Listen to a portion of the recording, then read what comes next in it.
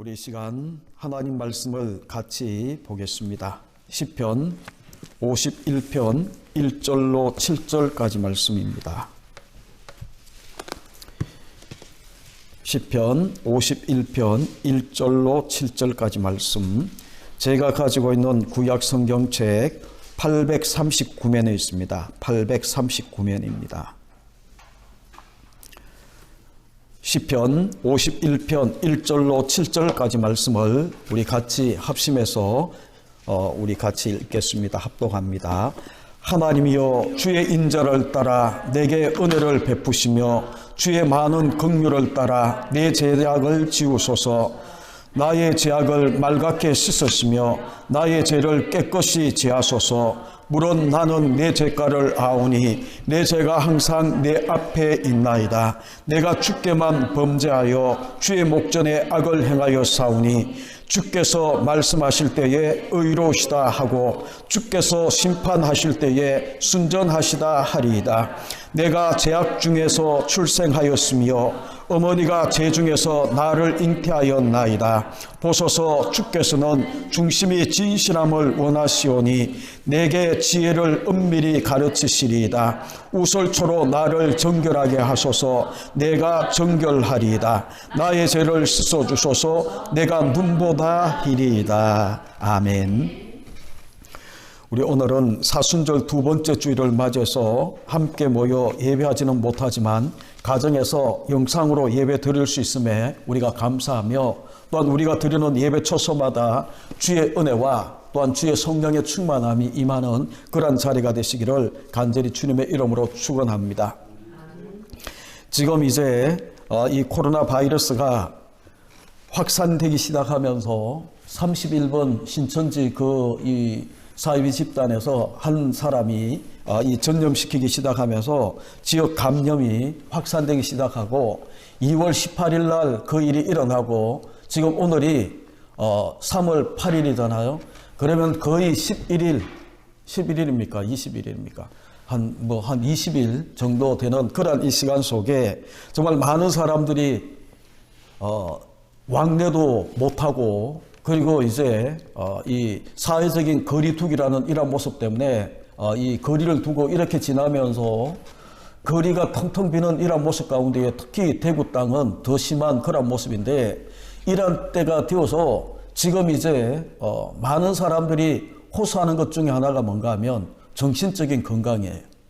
우리 연세 많은 근사님 한 분도 몸이 자꾸 아파서 또 TV 뉴스를 보니까 코로나 바이러스가 자꾸 이런 증상이 일어난다라고 이야기하니까 당신이 그렇게 느껴지더라는 거예요. 몸이 아파서 당신의 아들을 불러서 이제 이 성서에 있는 동산병원에 가서 이렇게 진단을 받고 나니까 사진도 찍고 이렇게 하니까 아무 이상이 없더라는 거예요.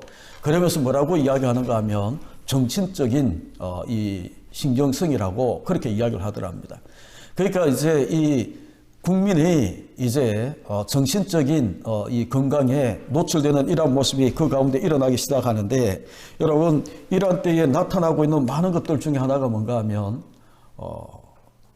혼자, 저처럼 책을 혼자 이렇게 보고 또 이제 이 글 쓰고 이렇게 하는 사람들은 혼자 있는 시간이 그래도 견딜만 해요. 그런데 저도 이제 사람을 못 만나고 이렇게 하니까 조금 이 힘든 것도 있지만, 또한 우리 성도들하고 같이 예배하고 이렇게 부닥치면서 이렇게 지나야 되는데 그런 게 힘든 것도 있지만, 그런데 이제 외향적인 사람들, 그리고 또 사람을 만나고 이렇게 해야 되는데 그렇게 하지 못하는 사람들이 많은 힘듦을 호소하는 그런 모습들도 있을 것 같아요.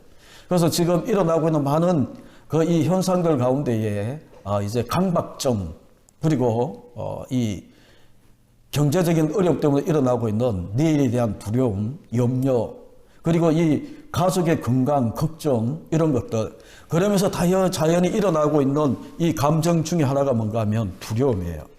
두려움이 일어나기 시작하면서 조그만한 이런 한 부정적인 그런 이야기를 듣고 뉴스를 이렇게 보고 나면 이제 이 우울한 그런 모습들이 일어나는 그런 모습들 가운데에 이제 이 국민들의 이 정신 건강을 지켜야 되는 이런 모습들이 지금 우리 가운데 일어나고 있는 그런 모습이에요. 그래서 우리 사랑하는 성도님들, 우리 오늘 제가 예배의 부름에 에레미야서 29장 11절로 13절을 여러분 가운데에 읽어드렸는데, 여러분 에레미야서 29장 11절로 13절에 보게 되면 우리 주님께서 그렇게 이야기를 해요. 에레미야를 바라보고 나라가 망해가는 그런 이 위기 앞에, 그리고 그들 가운데는 지금 전염병은 아니지만 그들이 먹을 것, 그리고 내일에 대한 나라가 망하는 이런 모습 가운데에 여러 많은 염려 가운데 놓여있는 이 백성들, 그래서 하나님이 우리 가운데에 죄를 지었기 때문에 우리 가운데에 재앙을 내린다라는 그런 생각으로 충만할 때에 이 에레미야가 가지고 있는 그 이 메시지, 하나님이 주신 이 메시지가 뭔가 하면 너희를 향한 하나님의 생각은 재앙이 아니라는 거예요. 지금 이들은 재앙이다 라고 이야기를 하는데 재앙이 아니다 라고 이야기를 하면서 하나님이 너희에게 원하는, 주고자 하는 그 마음은 평안이다 라고 이야기를 해요. 그러면서 장래에 소망을, 미래의 희망을 주고 소망을 주는 것이 하나님의 그 마음이다 라고 이야기하는 이 모습 가운데에 우리가 에레미야서 29장 11절로 13절에 그렇게 이야기하는데, 그러면서 우리 주님이 에레미야를 통해 뭐를 이야기하는가 하면 너는 내게 나와서 부르짖으라 라고 이야기를 해요. 기도하라 라고 이야기를 하는 겁니다. 그러니까 여러분, 이런 것들을 가지고 우리가 가만히 보게 되면 두려움이 있습니다. 내일에 대한 염려가 있습니다. 가족들, 정말 연세 많은 부모님들 걱정하게 되면 여러 가지 많은 염려거리가 우리 가운데 생겨날 수 있습니다. 날마다 이 사망의 소식을 들으면서 이제 이 기저질환이 있는 분들, 그리고 이 연세가 많은 고령의 이 나이에 있는 사람들은 걸리면 많은 사람이 죽어가는 그런 모습들 가운데에 염려거리가 있고 이렇게 하지만, 여러분, 이런 모든 것들이 우리를 두렵게 하고 그렇게 하지만 하나님이 우리 가운데 이야기하는 것은 너희를 향한 나의 생각은 재앙이 아니고 평안이다라고 이야기를 하면서 미래에 희망을 주는 것이다 라고 이야기를 해요. 소망을 주는 건데, 여러분, 이런 모든 것들 속에 그렇게 되기 위해서 12절 13절에 보게 되면 너는 내게 나와서 부르짖으라 라고 이야기를 해요. 기도가 빠져버리게 되면 여러분, 이 두려움, 이 염려는 그냥 두려움과 염려가 더 크게 이렇게 성장하기 시작하면서 우리를 좌절하고 절망케 만들지만, 하나님 약속의 이 말씀을 우리가 부여잡고 기도하기 시작하게 되면 하나님이 약속한 그 말씀대로 재앙이 아니라, 힘들고 어려운 이 고통이지만 이 재앙이 아니라 여러분 평안으로 나아갈 수 있는 그 디딤돌이 되고 미래에 소망이 주어지는 그런 이 모습이 된다는 것을 우리 가운데 가르치는 겁니다. 많은 분들이 그렇게 이야기를 해요. 코로나19 이 전염병 때문에 다들 이제 이 소득도 10분의 1로 준다라고 이야기를 하고 막 이렇게 하는 그 가운데에 염려거리, 걱정거리 이런 모든 것들을 부정하고 불행하다라고 생각하는 사람들이 많습니다. 여러분, 우리 사랑하는 성도들도 수입이 안 믿는 사람들에게만 수입이 줄고 이 전염병이 오고 이렇게 하면 얼마나 좋겠어요. 근데 예수 믿는 우리에게도 동일한 이러한 이 피해가 우리 가운데 있는데, 여러분, 이런 것들 때문에 여러분, 나는 불행하다, 나는 행복하지 못하다 라는 그런 생각을 가지고 계십니까? 우리가 수요 예배 때에 전도서를 구속사의 맥을 잡는 그 이 성경을 함께 나누면서 전도서 우리 가지고 이야기를 했잖아요. 그런데 이 전도서 7장 14절에 보게 되면 이렇게 이야기하는 말씀을 우리가 기억합니다. 형통한 날이 있고 공고한 날이 있다라는 거예요. 이 두 가지가 하나님이 병행케 만든다라고 이야기를 하는 거예요. 하나님이 왜 형통한 날도 우리 가운데 허락하고 공고한 날도 우리 가운데 허락하는가? 이 두 가지를 병행케 하는 것은 그 이 전도서 7장 14절 후반부에 보게 되면 하나님이 이 두 가지를 병행케 하는 그 이유를 뭐라고 이야기하는가 하면, 제가 그 말씀을 한마디로 이렇게 이야기를 했어요. 우리를 겸비하게, 겸손하게 만들기 위해서 형통한 날도 주시고 공고한 날도 주시는 거예요. 그런데 성도라면 이 전도자가 정말 이 타락한 삶을 살고 회개하고 돌아선 이 전도자 솔로몬이 말년에 이 말씀을 기록하면서 자기의 경험을 가지고 뭐라고 이야기를 했습니까? 형통한 날에는 어떻게 하라고? 기뻐하라. 형통한 날에는 기뻐하라. 이 기뻐하라는 말을 다른 말로 바꾸면 감사하라라고 표현할 수 있다라고 이야기를 했어요. 형통한 날에는 내가 원하고 내가 이 기대하던 것들이 하나하나 이루어지는 그런 형통함이 우리 가운데 있을 때는 기뻐하고 감사하는 그런 모습을 우리가 나아가야 되고, 공고한 날에는 뭐라고 이야기를 했습니까? 개역 성경에는 생각하라고 되어 있지만 우리 개역 개정에는 되돌아보라라고 그렇게 이야기를 하거든요. 정말 우리가 공고한 날에는 되돌아보라. 뭐를 되돌아보는 거예요? 뭐를 되돌아봐야 되는 거예요? 공고한 날에는. 여러 가지 많은 이 생각해야 되는 것들이 있지만 내가 왜 이렇게 되었는가? 왜 내가 하나님이 왜 나에게 이 공고한 날을 내게 허락하셨는가? 라는 것을 우리가 생각하면서 함께 나가는 그런 모습이 필요하더라라고 이야기를 하는 거예요. 성경이 공고함을 당하면 너희는 생각해봐. 너희는 되돌아봐. 지나온 시간들을 하나하나 생각해봐. 라고 이야기하는 이 말씀을 우리가 이 하나님 말씀으로 받는 전도서 7장 14절을 하나님 말씀으로 우리가 생각한다면 여러분 우리는 이 지금 이 코로나19 전염병 때문에 우리가 이 공고한 날을 당하면서 우울하고 두렵고 정말 미래에 대한 암울함이 우리를 덮치고 그런 이 소식들이 다 그런 이 소식이다 할지라도 여러분 그런 때에 우리는 공고한 날에는 생각하라. 되돌아보라 라고 이야기하는 이 말씀 속에 여러분 자신들을 우리가 되돌아보는 그런 모습이 있어야 돼요. 여러분 되돌아보면 행복과 불행을 많은 사람들이 생각하는 그 이 조건들이 잘못되었다라는 거예요. 많은 사람들이 행복하게 살기 위해서 돈과 건강이 필요하다고 생각합니다. 그래서 이 돈과 건강이 필요하기 때문에 그것을 얻기 위해서 수많은 힘과 노력을 다해서 그 이 돈을 얻고 건강을 얻기 위해서 애를 쓰는 거예요. 왜요? 돈과 건강이 있어야 행복하다고 생각하니까. 그리고 한 걸음 더 나가면 지식이 행복의 중요한 요소라고 생각하고 난 다음에 부모들이 내가 많이 못 배웠기 때문에 내 자식들은 정말 이 많은 지식을 가지고 있어야 행복할 수 있다. 그래서 이 자식이 좋은 대학 가고 지식을 쌓는 일에 정말 아낌없이 투자하는 그런 이 모습들이 일어나는 것 중에 하나도 뭔가 하면 지식이 행복의 중요한 요소인 것처럼 그렇게 생각을 하는 거예요. 그래서 이 지식을 쌓고 정말 돈을 많이 가지고 그렇게 이 지위가 높아지게 되면 사회적으로 소외되지 않고 멸시받지 않으면 그 사람은 행복한 삶을 산다라고 그렇게 생각을 하고 출세하고 성공하기 위해서 많은 것들을 자녀에게 투자도 하고 지원도 하고 그렇게 하며 살고 있는 그런 모습들이 우리 가운데 있습니다. 여러분 사람들은 어느 한 사람도 자기도 그렇고 자기 자녀도 그렇고 불행하게 살기를 원하는 사람은 한 명도 없어요.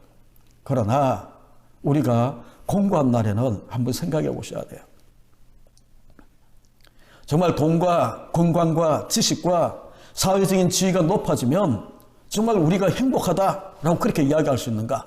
여러분 전도서를 우리가 이 지난 수요일 날 우리가 하면서 전도자 이 솔로몬이 누군가요? 최고의 지식을 가지고 있고 지혜를 가지고 있는 사람이에요. 돈? 정말 기네스북에 오를 정도로 정말 많은 돈을 가지고 있었던 사람이 바로 솔로몬 당시에는 은과 금이 길거리에 버려진 이 돌들처럼 그렇게 이 흔하게 많은 그런 이 재물을 쌓고 있는 사람이 바로 솔로몬이에요. 처첩을 1000명이나 둘 정도로 건강에도 넘치는 건강을 가지고 있는 사람이 바로 솔로몬이에요. 그럼 솔로몬이 행복하다라고 노래해야 되는데 전도서는 뭐라고 이야기하나요? 1장 2절부터 시작해서 마무리하는 12장 8절에까지 뭐라고 이야기하는가 하면 헤아려 수고하는 모든 것들이 헛되니 모든 것이 헛되다라고 이야기를 하면서 정말 바람을 잡는 것 같은 그런 이 헛된 그 수고로움을 그렇게 이 표현하고 있는 것을 우리가 보게 되는 거예요. 여러분 그러면 왜 불행한가? 이 모든 불행과 저주를 가져오는 가장 근원적인 원인이 뭔가 하면 죄의 문제에서 답을 찾으셔야 되는 거예요. 여러분들이 모든 불행과 저주를 가져오는 가장 근원적인 문제가 가장 근원적인 원인이 죄라고 우리가 생각한다면 우리가 정말 사업의 문제로 고민하고 건강의 문제로 수고하는 것에 극히 일부만이라도 죄의 문제에 우리가 관심을 갖는다면 여러분 한번 생각해 보십시오. 우리가 지금까지 공고한 날을 당할 때마다 돈이 없어서 내가 이 공고하고 내가 건강이 약해서 공고하고 내가 지식이 없어서 공고하고 그렇게 우리가 생각하는 그 모든 것들 그런데 성경은 있죠. 그렇게 이야기를 하지 않잖아요.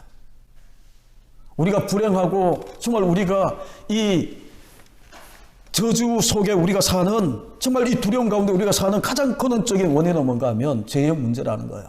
우리가 그것을 인정한다면 여러분, 사업의 문제로 고민하고 건강의 문제, 정말 물질을 더 얻기 위해서 수고하고 애쓰는 이 모든 수고로움에 조금만 더 우리가 죄의 문제에 관심을 가진다면 지금보다 우리의 삶은 훨씬 더 행복한 삶을 사는, 정말 행복하고 여유로운 그런 인생을 사는 그런 모습이 될 수 있는. 그런데 많은 사람들이 설교 들을 때는 그렇다라고 이야기를 하면서 이 교회 문만 나가면, 세상 가운데 나가게 되면 여전히 경쟁 가운데에 우리는 돈이 필요해, 우리는 건강이 필요해, 우리는 지식이 필요해, 사회적으로 출세하고 그렇게 해야 우리는 성공했고 행복할 수 있어 라고 이야기하는 이 죄의 문제는 온데간데 없고, 죄의 문제는 관심이 없고 거기에 집중해버리는 그런 모습이 그 가운데에 일어나고 있는 것이 지금 우리가 가지고 있는 삶의 현주소다라고 이야기해도 틀리지가 않습니다. 여러분, 그래서 우리 주님이 사순절 두 번째 주일인데 2000년 전에 우리 주님이 이 땅에 오셔서 십자가 지기 위해 고난의 길을 걷게 되는 거예요. 십자가에 달리시는 거예요. 그래서 십자가에 피 흘려주시면서, 여러분 이사야서 53장을 여러분들이 한번 읽어보십시오. 그가 채찍에 맞음으로 우리가 나음을 얻었어요. 정말 우리 주님이 모든 우리의 저주를 다 짊어지고 세상죄를 지고 가는 하나님의 어린 양이 되어서 십자가에 죽어주심으로 율법의 시대는 가버렸어요. 이제는 예수 그리스도의 십자가 때문에 새 언약의 시대, 정말 우리는 새로운 시대를 살고 있는 그런 모습이 되었는데, 우리는 하나님이 우리를 영화롭게 하고 하나님의 형상으로 회복시키고자 하는 예수 그리스도의 십자가의 은혜가 우리를 지배하는 은혜 아래 사는 새 언약의 시대를 우리가 살고 있습니다. 그러기 때문에 여러분 기억하셔야 돼요. 우리가 신앙생활을 하면서 믿음의 삶을 사는 목적이 뭔가 하면 단지 죽어서 천당 가고 죽어서 천국 가는 그런 이 삶이 신앙생활의 목적이 아니고, 우리는 율법 시대가 아니거든요. 우리는 진짜 이 은혜 아래 살고 있는 그런 이 모습이기 때문에 우리는 천당 가기 위함이 아니라 한 걸음 더 나가서 이 땅에서도 하나님만의 통치를 경험하며 하나님 나라를 누리는 그런 삶을 사는 신앙생활의 목적을 두고 우리가 살아가야 되는 거예요. 그렇기 때문에 우리는 어떻게 하면 하나님과 더불어 화목할까? 이 죄의 문제를 우리가 해결할까? 성령의 교통을 통해서 주의 형상으로 성숙해가는 그런 모습은 어떻게 가능할까? 그것을 우리가 조금 더 고민하고 나아가게 되면 여러분, 우리는 지금보다 상황 때문이 아니라 상황을 초월해서 우리는 여유롭고 평안을 누리면서 행복하다 고백할 수 있는 그런 모습으로 우리가 나아갈 수가 있게 되는 겁니다. 불신자든 성도든 상관없이 환난과 고통을 다 당하는 겁니다. 공고한 날이 다 찾아오는 겁니다. 지난 시간도 이야기했지만 우리 담벼락에 헬렌 켈러의 말을 이 현수막으로 걸어 놓았거든요. 동네 분들이 이제 그 지나가면서 그 글귀를 보고 조금이라도 소망이 되고 희망이 되라고 그렇게 글귀를 걸어 놨어요. 세상은 고통으로 가득하지만, 여러분 세상은 고통으로 가득한 것 같아요. 행복하다라고 이야기를 하고 정말 나는 너무너무 좋다라고 고백하는 사람들보다 나는 불행해, 나는 너무 공고한 삶을 살아, 고통이 나를 지배해 라고 이야기하는 그런 고백하는 사람들이 훨씬 더 많은 그런 이 세상이라는 거예요. 그래서 이 헬렌 켈러는 뭐라고 이야기하는가 하면, 세상은 고통으로 가득하지만 그 뒤에 말이 더 중요하거든요. 그것을 극복하는 사람들로도 가득하다. 고통이 있고 공감이 있다 할지라도 그것을 극복해내는 사람들로 세상은 가득하고 가득한 것이다 라고 이야기를 해요. 그래서 로마서 5장 3절에 보게 되면 우리가 환난 중에도 즐거워하나니, 여러분 환난 중에도 즐거워한다라고 이야기를 하거든요. 그런데 성도가 환난을 당할 때 즐거워하는 이유가 뭡니까? 여러분 로마서 5장 1절로 4절에 보게 되면 이렇게 이야기를 해요. 왜 성도가 환난 중에 즐거워하는가? 이는 환난은 연단은 인내를, 인내는 소망을 이룬 줄을 안다라고 이야기를 해요. 여러분, 환난은 연단은 인내를, 인내는 소망을. 그러니까 결국은 환난을 통해서 우리가 소망을 품게 된다라는 거예요. 그러면 성도가 기대하는 소망이 뭡니까? 5장 4절 5절에 보게 되면 하나님의 영광이에요. 내가 이 땅에서 잘되고 내가 이 땅에서 부자되고 환난 중에 막그런 소망을 품는 것이 아니라, 성도는 환난 중에 우리가 즐거워하는 이유가 뭔가 하면, 정말 환난은 연단은 인내를, 인내는 소망을 만들어내는데, 이 소망이 뭔가? 하나님의 영광이라는 거예요. 여러분 보십시오. 로마 3장 23절에 보게 되면 모든 사람이 죄를 범하였음에 하나님의 영광이 이르지 못하더니 라고 이야기합니다. 그렇잖아요. 정말 죄는 우리에게서 하나님의 영광에 도달하지 못하도록 그렇게 만들어버렸어요.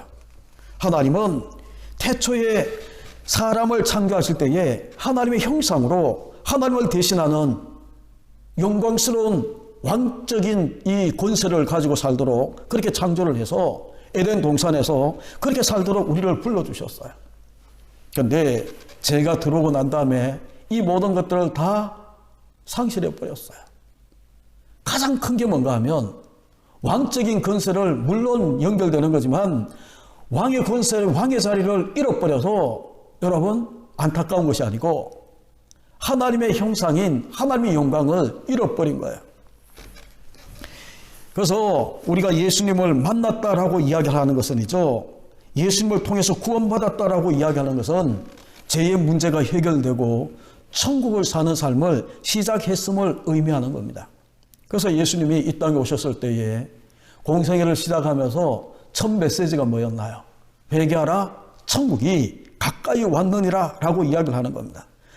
정말 우리를 불행하게 만드는 그 요소가 죄라는 사실을 깨닫고 난 다음에 회개하는 순간부터 천국이 우리에게 열려져서 천국이 회개함으로 정말 천국이 내게 찾아오는 그런 모습이라는 거예요. 그래서 우리 주님이 뭐라고 이야기를 합니까? 천국은 유한의 때부터 침노를 당하나니 침노하는 자가 빼앗는다라고 이야기를 하는데, 여러분 이 유한의 때라고 이야기를 하는 것은 유한이 예수 그리스도를 증거하는 때를 의미하는 거거든요. 세상 죄를 지고 가는 하나님의 어린 양이 오신 때부터 회개하면 천국이 열리기 시작했다라고 이야기를 해요. 죄는 우리를 하나님의 영광을 상실하게 만드는 그러한 이 통로가 되었지만, 예수 그리스도의 십자가는 죄의 문제를 해결하고 난 다음에 이제는 우리가 하나님의 영광에 도달할 수 있는 그러한 이 통로가 바로 십자가, 하나님의 은혜가 되고 있는 것을 우리가 보게 되는 겁니다. 그래서 여러분들이 공고한 날을 당할 때에 되돌아보라, 생각해보라 라고 이야기한 이것을 여러분들이 한번 떠올려 보십시오. 마침 우리가 사무엘하 11장 12장을 하면서 다윗의 이야기를 하고 있는데, 다윗은 지금까지 물론 이 도망자의 삶을 살았지만 그는 승승장구하는 그런 모습 가운데에 형통한 삶을 살았어요. 왜냐하면 하나님이 도와주셨거든요. 하나님이 함께 하셨거든요. 그런데 사무엘하 11장에 바세바를 범하는 이 사건 가운데에, 그래서 자기 죄를 은폐하기 위해서 우리아를 죽이는 이러한 이 모습 가운데에 그는 이제 하나님으로부터 멀어지기 시작하면서 정말 어둠의 그러한 이 시간들을 가지고 있는 모습들을 우리가 계속 보고 있는 겁니다. 여러분 보십시오. 다윗이 무시무지한 정말 이 엄청난 이 죄를 범하고 그것을 은폐하기 위해서 살인죄까지 범하는 이런 모습 가운데에 다 잃어버려야 되는 거거든요. 그런데 지난 시간 이야기 드렸던 것처럼 사무엘하 12장 24절 이하에 보게 되면 솔로몬을 낳고 나단이 여디디야라고 이야기를 하면서 하나님의 사랑을 입는 자라고 이야기하는 그 가운데에 하나님 온전히 회복시키고 있는 그런 모습을 우리가 보게 되면, 다윗은 하나님의 사랑을 다 회복했어요. 자기 생애에 찾아온 이 절망, 이 공고함, 가장 큰 이 위기 속에 다윗은 어떻게 해서 하나님 앞에 회복의 길을 다시 한 번 더 하나님 앞에 쓰임받을 수 있는 그런 길로 나갈 수 있었는가? 절망과 이 공고함을 어떻게 극복하고 주님 앞에 가까이 나가는 그런 모습이 되었을까? 그걸 우리가 이제 시편 51편을 가지고 우리가 같이 보려고 하는 겁니다. 이번 주와 다음 주 2주간에 걸쳐서 이 시편 51편 1절로 19절까지 말씀을 함께 하나하나 나누면서 우리가 그걸 보려고 하는데, 오늘은 1절부터 7절까지 가지고 참된 회개가 뭘까? 여러분, 결론으로 이야기하면 다윗이 있죠. 무지무지한 이 엄청난 이 죄를 범하고 난 다음에, 사울은 늘 하는 이야기지만 사울은 이것보다 더 약한 죄를 범했어도 불구하고 폐위를 당하고 버림을 받았어요. 그런데 다윗은 엄청난 이 죄를 범하고 난 다음에도 어떻게 회복의 길로 나갈 수 있었는가? 오늘 설교의 제목처럼 참된 회개가 있었기 때문에. 그러면 여러분, 이 참된 회개가 도대체 뭘까? 내가 하나님 앞에 죄의 목록을 쭉 이야기하면 참된 회개가 될까? 우리가 오늘 시편 51편을 통해서 참된 회개가 뭘까라는 것을 우리가 함께 보기를 원하는데, 여러분, 시편 51편 우리가 읽었던 1절 위에 보게 되면 부제로 이렇게 되어 있어요. 다윗의 시, 인도자를 따라 부르는 노래. 옛날 성경에는 영장으로 한 노래라고 되어 있는데, 인도자를 따라 부르는 노래, 다윗이 바세바와 동침한 후 선지자 나단이 그에게 왔을 때라는 부제가 달려 있어요. 여러분, 다른 것은 다 제껴두고 그 끝에 나와 있는 다윗이 바세바와 동침한 후 선지자 나단이 그에게 왔을 때라고 이야기한 이 제목이 붙어 있는 거예요. 여러분, 시편은, 선지서는 늘 이야기했지만 시편은 특별히 뭐라고 이야기를 했습니까? 여러분, 시편은 이스라엘 백성들이 하나님께 예배하며 제사할 때에, 하나님께 나아갈 때에 부르는 찬송 가사, 찬송의 노래가 바로 시편이다라고 이해하시면 정확해요. 하나님 앞에 제사로 나가면서 부르는 노래예요. 우리가 오늘 예배하면서 280장을 우리가 찬양했잖아요. 그거와 마찬가지로 하나님 앞에 제사로 나가면서 그들이 부르는 노래가 바로 이 시편이라면, 많은 이스라엘 백성들이 다윗을 최고로 존경합니다. 최고로 존경하는 인물인 다윗. 그럼 여러분 보십시오. 이스라엘 백성들이 최고로 존경하는 다윗인데 이 부제를 빼버리면 얼마나 좋을까? 그런데 이 부제 앞에 다윗이 바세바와 동침한 후 선지자 나단이 그에게 왔을 때라는 이 제목을 붙이면서, 다윗이 그러한 이 동침하고 그렇게 이 범죄하고 난 다음에 다윗이 어떻게 회복되었는가를 우리 가운데 보여주는 그런 암시. 여러분, 시편 150편 전체를 보게 되면 회개 시들이 굉장히 많아요. 그런데 회개 시들 가운데에 최고의 회개 시가 바로 시편 51편. 그래서 회개 시의 백미다라는 제목을 가지고 있는 것이 바로, 또 별명을 가지고 있는 것이 바로 시편 51편이에요. 여러분, 다윗이 바세바를 취하고 범하고 난 다음에, 동침하고 난 다음에 하나님 앞에 크게 범죄했을 때에 불렀던 회개의 기도가 바로 이 시편 51편인데, 여러분, 중요한 것은 다윗 같은 이 위대한 인물도 죄의 권세 앞에 무너져요. 그런데 중요한 것은 우리가 어떤 실수를 하고 어떤 죄를 범했냐라는 것보다 더 중요한 것이 뭔가 하면, 어떻게 그 죄, 그 타락의 상태를 극복하느냐라는 것이 더 중요한 거예요. 하나님 앞에 의롭다 할 의인이 있습니까?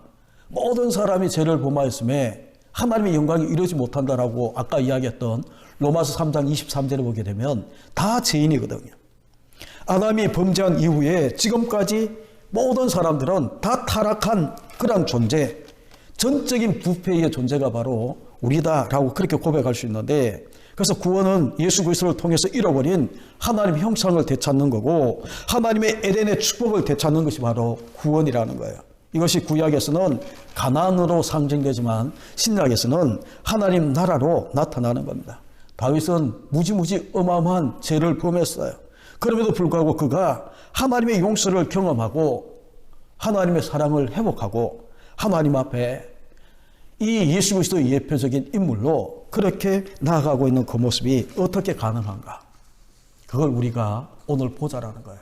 두 가지만 우리가 살펴보려고 합니다. 먼저 1, 2절을 보시게 되면 다윗은 있죠, 하나님의 은혜에 근거해서 하나님 앞에 기도하며 나아갑니다. 여러분 1절 말씀을 한번 보십시오. 하나님이여 주의 인자를 따라 내게 은혜를 베푸시며 주의 많은 긍휼을 따라 내 죄악을 지워주소서라고 이야기를 하는데, 저는 옛날 성경이 좋거든요. 그래서 옛날 성경에 보게 되면 하나님이여 주의 인자를 쫓아 나를 긍휼히 여기시며 주의 많은 자비를 쫓아 내 죄가를 도말하소서라고 이야기를 합니다. 똑같은 말이지만 여러분, 하나님의 이 주의 인자, 하나님의 주의 인자와 하나님의 자비, 주의 많은 긍휼, 인자와 긍휼, 자비, 이 모든 것들을 한마디로 이야기하게 되면 은혜예요. 은혜가 뭐라고 이야기를 했나요? 은혜는 주는 쪽에서 일방적으로 무조건적으로 찾아와서 베푸는 게 은혜예요. 받을 사람의 조건과 상태를 전혀 고려하지 않고 주시는 분이 누구예요? 은혜를 주시는 분이 하나님이에요. 하나님은 은혜 받아야 되는 우리의 지혜의 상태나 우리의 모든 그 조건을 하나도 보지 아니하시고 일방적으로 찾아오셔서 베푸는 은혜, 하나님의 은혜가 있어야 된다. 그래서 이 다윗은 정말 하나님 앞에 나아가면서 은혜에 근거해서 기도하기 시작하려는 겁니다. 우리가 하나님 앞에 참된 회개의 기도를 우리가 드린다라고 이야기하면 여러분, 가장 먼저 시작해야 되는 것이 시편 51편을 통해 우리가 배우는 것이 뭔가 하면 주님이 내게 베푸신 이 자비와 인자와 많은 긍휼을 우리가 생각하면서 그게 근거해서 하나님, 여전히 내가 죄인 되었을 때 우리 주님이 찾아오셔서 십자가에 죽으시면서 하나님의 사랑을 확정해 주셨던 그 사랑처럼 지금 내가 연약해서 무너지고 넘어졌지만 여전히 주의 인자와 많은 하나님의 긍휼과 하나님의 자비를 통해 하나님, 나를 내 죄가를 도말해 주십시오, 지워 주십시오라고 하고 있는 것이 바로 이 다윗의 시편 51편의 기도의 시작이라는 것을 여러분들이 기억하시라는 거예요. 하나님의 은혜를 붙들고 다윗은 기도로 나아가고 있습니다. 여러분, 당신이 죽어야 하는 바로 그 사람이라고 그 말을 듣고, 나단 선지자의 그 말을 듣고 난 다음에 절망과 죄인의 이 정말 의지할, 무너지는 그 모든 것들 속에 정말 의지할 그것은 다른 것이 아니고 주의 자비예요. 우리 똑같이 다윗처럼 마땅히 죽어야 마땅한 그런 죄인이에요. 우리가 또한 하나님의 은혜 가지고 우리가 살지만 여전히 삶 가운데 무너지고 넘어지고 정말 절망과 좌절 가운데 우리가 끼어지는 그러니 여전히 당신이 바로 마땅히 죽어야 되는 그 죄인이 바로 당신입니다라는 이 이야기를 듣고 정말 절망적인 죄인이지만 내가 의지해야 되는 것은 그래도 누군가가 비교해서 내가 조금 더 낫잖아요. 그렇게 우리가 그것을 의지하는 것이 아니라 다 죄인이에요. 다 넘어지는 수밖에 없는 그런 이 종들이에요. 그런데 그 가운데에 여러분 보십시오.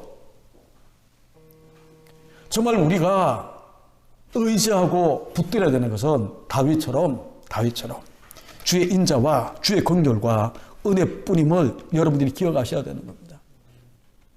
지금 코로나19 감염병, 전염병 때문에 절망적인 위기 상황 속에도 우리가 의지할 곳은 주의 인자와 긍휼과 은혜뿐인 거예요. 여러분, 죄는 오직 예수 그리스도를 통해서만 해결될 수 있습니다. 은혜라고 하는 것은 우리가 아무런 조건도 대가도 요구하지 않는 것이지만 이미 예수 그리스도께서 십자가에서 엄청난 대가를 다 치르셨다라는 것이 전제되어 있는 것이 바로 은혜라고 이야기를 하는 겁니다. 우리 편에서는 일방적으로 받는 은혜지만 하나님 편에서는 그 모든 죄의 이 대가를 이미 엄청난 대가를 다 치르시고 난 다음에 우리에게 베풀고 있는 은혜임을 우리가 기억하셔야 된다는 거예요. 그렇기 때문에 죄가 아무리 크다 해도 하나님 앞에 용서받지 못할 죄는 없어요. 또 죄가 아무리 작다 해도 자기 힘으로 죄의 문제를 해결할 수 있는 그런 것도 없어요. 죄의 크고 작음을 막론하고 난 다음에 사람은 은혜로 말미암아 하나님께 나오는 것이고, 정말 죄가 크든 작든 죄의 질감과 양에 상관없이, 질에 상관없이 정말 우리가 하나님 앞에 나올 수 있는 것은 십자가 은혜 외에는 없는 거예요. 내가 지나온 세월 속에 혹시 많은 죄를 저질렀고 정말 누구에게 말하기 힘든 돌이킬 수 없는 실수를 범했다 할지라도 예수 그리스도의 십자가로 말미암아 용서받을 수 있다라는 것을 우리 가운데에 1, 2절은 우리 가운데 이야기를 하는 겁니다. 여러분, 죄의 권세가 얼마나 큰지 여러분 한번 역사나 성경을 다 들여서 한번 보십시오. 죄의 권세는 무지무지 커요. 아무리 높은 사람이라도 다윗과 같이 정말 하나님의 이 마음에 합한 그런 이 존재의 이 사람이라 할지라도 죄의 권세가 그를 무너뜨렸어요. 하물며 낮은 자리에 있는 사람이야. 이 죄의 권세 앞에 어떻게 했어요? 그러나 죄의 권세가 아무리 크다 하더라도 다윗은 주의 자비와 주의 인자와 많은 긍휼, 정말 은혜를 내세우면서 죄의 권세를 대적하고 있는 이 모습을 우리가 기억하셔야 된다는 거예요.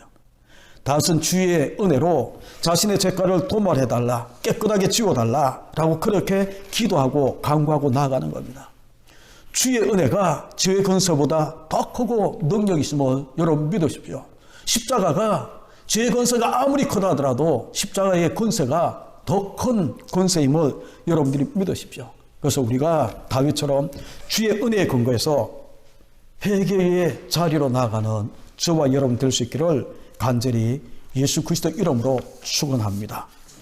그리고 두 번째 3절로 7절까지 말씀을 보게 되면 다윗은 죄에 대해서 회피하거나 변명하지 않았어요.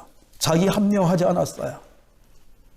나단이 와서 자신의 죄를 지적할 때에 우리가 사무엘하 12장 1절로 6절에 정말 부자와 가난한 자의 비유를 통해서 정말 마땅히 죽여야 된다라고 이야기하는 이 다윗 앞에 7절에 가면 뭐라고 이야기했습니까? 지난주 제목처럼 바로 당신이 그 사람이다 라고 이야기를 하면 그 이야기를 들었을 때에 여러분 한번 보십시오. 13절에 내려가게 되면 다윗이 내가 여호와께 죄를 범하였노라 라고 이야기하며 자신의 죄를 적극적으로 시인합니다. 그런데 여러분 그 당시 왕의 권세를 한번 떠올려보십시오. 왕의 권세라고 이야기하면 아무리 유명한 선지자다 할지라도 죽일 수 있는 권세가 있어요. 여러분 아합 시대 때에 그 이 왕비인 이세벨이 일리야를 죽이려고 하는 그런 이 모습도 있잖아요. 죽일 수 있어요. 그러나 다윗이 당신이 마땅히 죽어야 되는 그 사람이 바로 당신입니다 라고 그렇게 이야기했을 때에 다윗은 이것저것 변명하지 않았어요. 자기가 그렇게 할 수밖에 없는 그런 이 모습도 변명도 합리화도 하지 않았어요. 자기의 지위 있으면 충분히 그거 할 수 있지 않냐? 라고 이야기하는 모습도 그 가운데 없었어요. 오늘 3절을 보십시오. 이 시편 51편 3절에 보게 되면 물론 나는 내 죄가를 아오니 내 죄가 항상 내 앞에 있나이다. 다윗은 있죠. 사무엘하 12장 13절에서는 내가 여호와께 죄를 범하였다라고 자기 죄를 시인하면서 회개하며 기도하는 그 앞에 물론 나는 내 죄가를 압니다. 내 죄가 항상 내 앞에 있습니다. 나는 철저하게 죄인일 수밖에 없고 나는 내 스스로의 힘으로 내가 이 죄에서 구원 얻을 수 없는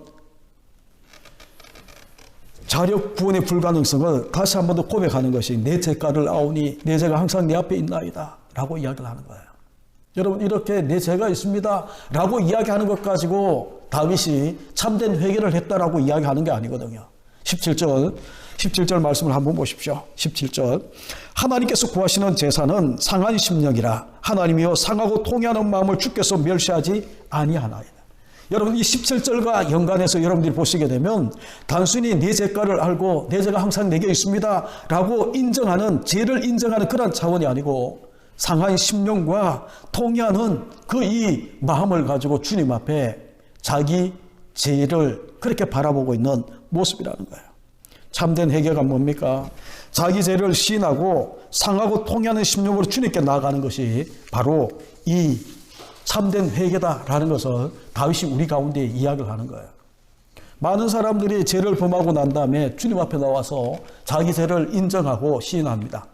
그런데 왜 거기에서 멈춰버리는가? 정말 이 17절에 나와 있는 이 다윗처럼 통회하는 마음과 상한 심령과 철저하게 이 죄를 미워하고 죄를 저주하는 그런 모습 가운데에 주님 앞에 나아가지를 못하는 그냥 단순히 습관적으로 자기 죄만 인정하고 하나님 용서해 주세요 라는 그런 차원에 머무는 거예요. 참된 회개는 상한 심령으로 통회하는 마음으로 주님 앞에 나오는 것. 그래서 자기 죄를 바라보는 거예요. 자기가 범한 죄를 보면서 마음이 상해야 돼. 죄가 미워야 돼. 정말 통회하고 자복하는 그런 모습으로 이 죄가 철저하게 죄에 대한 저주가 우리 가운데에 저주스러운 그런 마음이 일어나야 되는데, 그죠? 그런데 4절을 보십시오. 내가 주께만 범죄하여 주의 목전에 악을 행하였사오니. 여러분, 그게 이상한 단어가 있지 않나요? 주께만 범죄했다. 지금 사무엘 하 11장에 보게 되면 우리아를 범했어요. 우리아에게 죄를 범했어요. 우리아의 남편인 이 바세바의 남편인 바세바에게 죄를 범했어요. 그리고 바세바의 남편인 이 우리아를 죽이는 살인죄를 범하면서, 그런데 그렇게 했는데 다윗은 뭐라고 고백하는가 하면 내가 주께만 범죄했다라고 이야기를 하는 겁니다. 여러분, 이 의미를 여러분들이 깨달으셔야 되는데, 어쩌면 여러분 이것이 너무너무 중요한, 참된 회개에 너무너무 중요한 거거든요. 문자적으로 보게 되면 이 말은 틀렸어요. 다윗은 아까도 이야기했던 것처럼 바세바와 우리아와 이스라엘 백성들에게 죄를 범했어요. 그런데 이 다윗의 고백은 뭔가 하면 주께만 범죄했다고 그렇게 고백을 합니다. 여러분, 이것은 어떻게 여러분들이 이해하셔야 되는가 하면 지금 하나님 앞에 서 있는 자기가 범한 죄를 인정하면서 통회하고 상한 심령 가지고 주님 앞에 있으면서 자기 자신의 심정을 보니까 내가 하나님 앞에 범죄했다라고 이야기하며 자기 마음을 그렇게 고백하고 있는 이 모습을 여러분들이 이해하셔야 돼요. 이것을 여러분들이 조금 더 이해하려고 하면 사무엘하 12장을 가보셔야 돼요. 7절에서 나단이 당신이 바로 그 사람이다 라고 그렇게 지적을 하자 다윗이 즉각적으로 뭐라고 이야기하는가 하면 13절에 내가 여호와께 죄를 범했다. 여호와께 죄를 범했다 라고 그렇게 자복을 합니다. 이 말은 사람에게 죄를 범하지 않았다는 뜻이 아니고 모든 죄의 궁극적인 죄의 대상은 여호와께 죄를 범한 거다라는 인식을 가지는 것이 참된 회개의 중요한 요점이 되는 거예요. 여러분, 왜냐하면 다윗의 범죄는 있죠. 사무엘하 12장 9절 10절에 보게 되면 나단을 통해서 뭐라고 이야기하는가 하면 여호와의 말씀을 업신여기고 내 말을 업신여기고, 그리고 14절에 가게 되면 이 일로 인하여 여호와의 원수로 크게 해방거리가 되는 그런 이 모습을 지적합니다. 나단 선지자가 하나님 말씀을 해방 업신여기고 하나님의 원수로부터 해방거리가 되는 그런 이 이유가 네가 범한 죄 때문에 일어났다라고 이야기를 하는 겁니다. 여러분, 우리는 죄를 범하고 난 다음에 이러한 나단 선지자가 하나님 말씀으로 우리 가운데 이야기하고 있는 이런 부분에 우리는 너무 둔감하거든요. 죄를 범하고 나면 하나님과 연관된 죄로 우리는 생각하지 않아요. 그 부분만 내가 잘못했다. 이웃에게 아니면 부모에게 아니면 배우자에게 친구에게 잘못한 이 부분만 우리가 자꾸 이야기할지 모르지만 다윗은 주께만이라고 강조하는 이 표현 하면서 통회하고 상한 심령으로 주님 앞에 나아가는 겁니다. 여기서 조금 더 설명을 더 붙이면 주께만 범죄하여라는 말은 있죠. 사무엘상 16장 1절에 보게 되면 다윗이 기름 부음 받기 전에 이 사무엘이 다윗에게 기름 부으러 갈 때에 하나님이 이 사무엘에게 뭐라고 이야기하는가 하면 옛날 성경이에요. 개역 성경이에요. 내가 예순한 한 왕이라고 다윗을 이야기합니다. 미리 하나님이 선택한 왕이라는 거예요. 하나님이 선택한 왕이라는 거예요. 그리고 난 다음에 사무엘상 16장 12절에 가게 되면 사무엘이 이에 일어나 그에게 기름을 부었다라고 이야기를 하는 겁니다. 여러분, 하나님이 예선했다라고 미리 선택한 왕이라고 이야기하는 말과 기름 부음과 여러분들 연결해서 우리가 이 보게 되면 다윗은 개인의 신분이 아니에요. 기름 부음을 받은 왕이고 백성의 대표자고 하나님이 이 예선하고 선택한 하나님을 대표하는 그런 왕이 바로 이 다윗이다라는 것을 보여주는 겁니다. 여러분, 우리가 사무엘 이 다윗이 처음 기름 부음 받을 때부터 우리가 끄집어 와서 쭉 보게 되면 우리가 깨닫는 게 뭔가 하면이죠. 다윗은 개인이 아니라 하나님을 드러내고 백성들을 대표하고, 그리고 정말 이 기름 부음 받아서 이 예수 그리스도를 예표자로 그렇게 쓰임 받고 있는 그런 이 존재가 바로 다윗임을 우리가 기억한다면, 다윗은 그냥 이 왕위에 앉는 것이 다윗 개인에게 주어지고 있는 것이 아니고 메시아 왕국의 예표라는 점을 우리가 기억한다면, 여러분, 우리가 이 다윗이 왜 하나님 앞에 주께만 범죄했다, 여호와께 범죄했다, 주께만 범죄했고 라고 이야기하는 이런 고백들이 가능한가를 우리가 보게 되는 겁니다.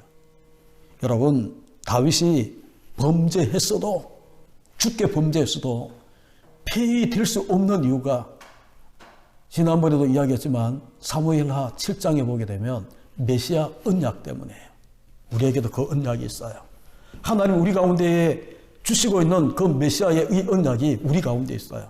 그래서 우리 가운데 있는 이 메시아의 언약을 우리가 가지고 있다면, 여러분, 다윗처럼 우리는 얼마든지 넘어지고 끼어져도 다시 한 번 더 일어설 수 있는 충분한 근거가 거기에 있는 거예요. 우리 가운데 있는 게 아니에요. 누구가 비교해서 내가 조금 더 나으니까, 상대적으로 내가 조금 나으니까 거기에 근거가 있는 것이 아니고, 철저하게 하나님이 우리 가운데 약속한 메시아의 언약인, 구약 백성들은 메시아의 언약이지만 신약의 우리에게는 예수 그리스도의 십자가의 이 약속을 붙들고 살고 있는 우리에게 있다라는 거예요. 그래서 여러분, 시편 89편 32절 33절에 보게 되면 이런 말씀이 있어요. 징계하려니와 근데 피하지는 아니하시겠다. 여러분, 우리가 범죄하고 주께만 범죄하고 넘어져서 하나님이 징계를 해요. 징계. 그래서 심판이 아니라고 이야기를 했어요. 징계하려니와 그러나 피하지는, 시편 89편 33절에 가게 되면 피하지는 않겠다라고 우리 주님께서 우리 가운데 약속하고 있는 그런 말씀을 우리가 보게 되는 겁니다. 여러분, 한번 떠올려 보십시오. 다윗이 바세바와 우리아에게 내가 죄를 범했습니다 라고 고백하는 것과 주께만 범죄했습니다 라고 고백하는 이 두 가지 중에 무엇이 더 무겁고 이 중하게 느껴지시나요? 바세바와 우리아에게 내가 죄를 범했어요 라는 말과 나는 하나님께 내가 죄를 범했습니다 라고 고백하고 있는 이 두 가지 중에 무엇이 더 중하게 느껴지시나요? 지금 다윗은이죠, 그런 심정으로 주께만 내가 범죄했다라고 고백하며 나아가고 있는 이 모습을 우리가 보게 되는 겁니다. 그래서 여러분 4절 그 이어지는 말씀을 보게 되면, 그래서 주께서 말씀하실 때에 의로우시다 하고 판단하실 때에 순전하시다 하리다라고 말씀하는 그 말씀 앞에 이 다윗은 어떻게 의롭다 순전하다 할 수 있는 그런 모습이 있는가를 우리 가운데 보여주는 거예요. 시간이 많이 가서 여기서 맺어야 되는 그런 내용이지만 한 가지만 더 이야기를 하죠. 참된 회개라는 것은 주의 은혜에 근거해서 하나님 앞에 간구하며 나아가는 겁니다. 그런데 주의 은혜만 붙들고 죄만 인정하는 것이 아니라 이 죄를 사람에게가 아니라 하나님의 메시아의 언약과 연관해서 주께만 범죄한 그런 이 모습으로 통회하고 자복하는 그런 이 심령 가지고 주님 앞에 나아가는 그런 이 모습이 바로 참된 회개다라고 이야기를 하는 거예요. 그런데 여러분 4절 후반부에 주께서 말씀하실 때 의로우시다 하고 판단하실 때 순전하시다라고 이야기한 이것은이죠.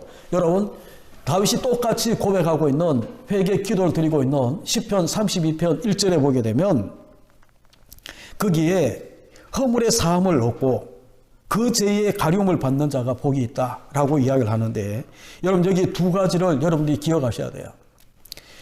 허물의 사함을 얻고 라고 이야기하는 것은 스가랴가 이 이야기가 3장의 이 대제사장 여호수아를 가지고 이야기하는 것으로 보게 되면, 여러분 허물의 사함을 얻는 것은 더러운 옷을 벗기는 거예요. 대제사장이 더러운 옷을 입었거든요. 더러운 옷을 벗기는 거예요. 여러분, 이 더러운 옷을 벗기는 것으로 끝나면 안 되는 겁니다. 거기 32편 1절에 이야기하는 그 죄의 가려움을 받아야 되는 거거든요. 그런데 이 스가랴서 3장 4절에 보게 되면 그 죄의 가려움을 받는다.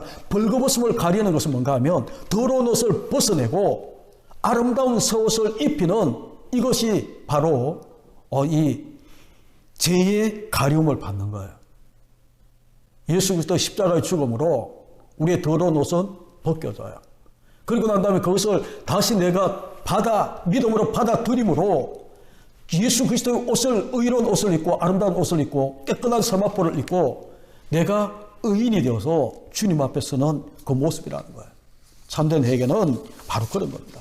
여러분, 그래서 우리가 이 다윗이 1절로 3절에 보게 되면 내 죄과 나의 죄악, 나의 죄라고 이야기를 하면서 나가다가 뭐라고 이야기하는가 하면 5절에 가게 되면 내가 죄악 중에 출생했다 라고 고백을 하고 있는 이 모습을, 죄의 고백의 이 점진성이 점점 넓어지는 거예요. 나의 죄악, 나의 죄라고 이야기하던 것이 이제는 내가 죄악 중에 출생했다, 자기 어머니의 이 죄 중에서 자기를 임신했다라고 고백하면서 원죄의 문제까지 끌고 넘어지면서 자기만 이 죄의 가려움을 받고 이 허물의 사함을 받고 죄의 가려움을 받는 그러한 자가 자기만이 아니고 한 걸음 더 나가서 모든 사람이, 다윗의 이 아담의 후손으로 태어나는 모든 사람들이 바로 이 32장 1절에 나오는 허물의 사함을 받고 죄의 가려움을 입어야 되는, 자기만 복음이 필요한 것이 아니라 모든 사람에게 예수 그리스도 십자가의 복음이 필요하다라는 것을 그렇게 이야기를 하는 거예요. 그래서 의롭다, 주님이 자기를 의롭다, 주님이 심판할 때에 너 순전하다 라고 고백하는 그런 이 모습으로 우리 가운데 이야기를 하는 겁니다. 그래서 여러분, 회개는 다른 것이 아니에요. 진짜 회개는 다른 것이 아니에요. 주의 은혜를 붙들고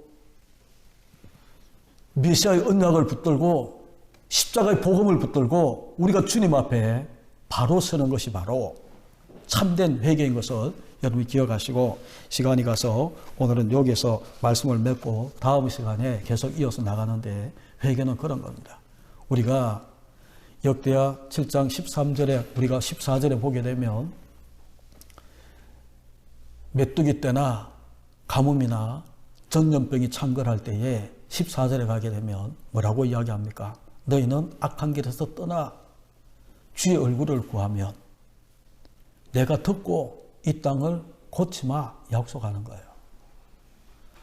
더 다윗의 개인사를 가지고 우리가 이야기하면 진짜 가슴을 찢는, 악한 길을 떠나고 주의 얼굴을 구하면서 주께만 내가 범죄했다라고 그 심정을 가지고 주님 앞에 나가서 통회하고 자복하는 그 모습 가운데에 철저하게 회개하게 되면 하나님이 회복시킨다라는 거예요. 이 약속을 붙들고 우리가 이번 한 주간도, 사순절 두 번째 주간, 이번 한 주간도 누구 탓하지 말고, 저도 지금 헷갈리는 게 있어요. 가짜 뉴스가 너무 많은 거예요. 그거 열심히 퍼나르지 말고 우리 성도들이 주의 말씀을 들을 수 있도록 하나님의 이 말씀이, 우리가 하나님 말씀을 퍼나르고 복음을 이렇게 퍼나르면서 주의 말씀에 귀를 기울이고 그 말씀 앞에 우리가 자신들을 돌아보고 철저하게 회개하면서 주님 앞에 서는 가운데에 이 땅이 고쳐지는 역사가 저와 여러분의 기도와 저와 여러분의 그 이 철저하게 회개하는 그 모습 가운데서 일어나는 회복의 놀라운 일들이 일어나는 그런 모습 되기를 간절히 예수 그리스도 이름으로 축원합니다. 우리 기도하겠습니다. 하나님 아버지, 감사합니다. 다윗 어마어마한 무시무시한 죄를 범하고 하나님 앞에 끊어지고 넘어지고 버림받아야 되지만 철저하게 회개하는 그 모습 가운데에 하나님 앞에 쓰임받고 있는 그 모습을 우리가 보게 됩니다.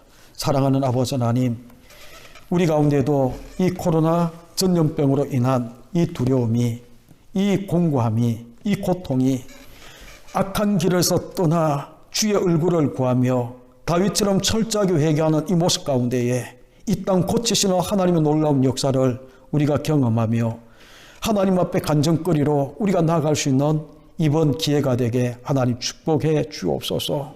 연약합니다. 불안합니다. 두려운 마음이 있습니다. 하지만 하나님의 성령께서 우리 가운데 하나님 말씀, 약속의 말씀을 들려주셔서 평안하게 하시고 미래에 하나님의 소망의 말씀을 주시고자 하는 그 뜻을 저희들이 깨달으며 하나님 앞에 바로 선 하나님의 자녀들 되게, 주의 제자들 되게 하나님 축복해 주옵소서. 감사함을 드리옵고 예수님의 거룩하신 이름으로 축복하며 기도하옵나이다. 아멘.